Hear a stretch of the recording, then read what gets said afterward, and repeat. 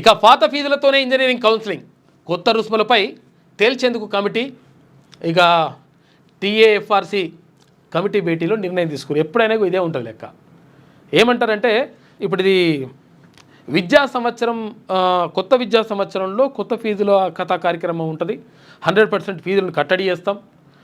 ఇక్కడ ఏదైతే ఇంజనీరింగ్ కాలేజీలు కానీ ఇక్కడ ప్రైవేట్ విద్యా సంస్థలు కానీ వాళ్ళ దోపిడీని మొత్తం కూడా అరికడతాం.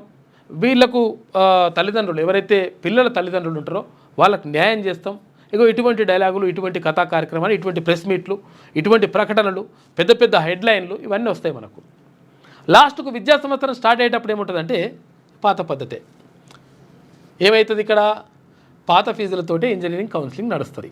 అయితే ఇప్పుడు పాత ఫీజులతో నడిస్తే ఇంకా నయం అనుకుంటే అది కూడా మళ్ళీ ఒక కథ ఉన్నది. ఇంకా కొత్త సంవత్సరం కొత్త ఫీజులు పెంచుకోవాలని చెప్పేసి ఇష్టం వచ్చినట్టుగా ఈ విద్యా సంస్థలు ఫీజులు పెంచుతూ ఉన్నాయి. లక్షలు.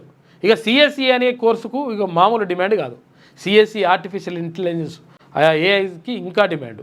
ఇట్లా దీంతో ఆగమాగం ఇష్టం వచ్చిన ఫీజులు వసూలు చేస్తున్నారు వాళ్ళు. ఎందుకంటే తల్లిదండ్రులకి ఏముంటుందంటే ఇటు పిల్లగాడు చదువుకుంటే మంచిగా చదివితే లేకపోతే ఈ కోర్సు చేస్తే ఈ క్యాంపస్ రిక్రూట్మెంట్ ఏదో ఉంటుంది, అది ఉంటే ఆ పిల్లగాడు సెట్ అయితే వాడి జీవితం బాగుపడుతుంది అని చెప్పేసి తల్లిదండ్రులు భావిస్తారు.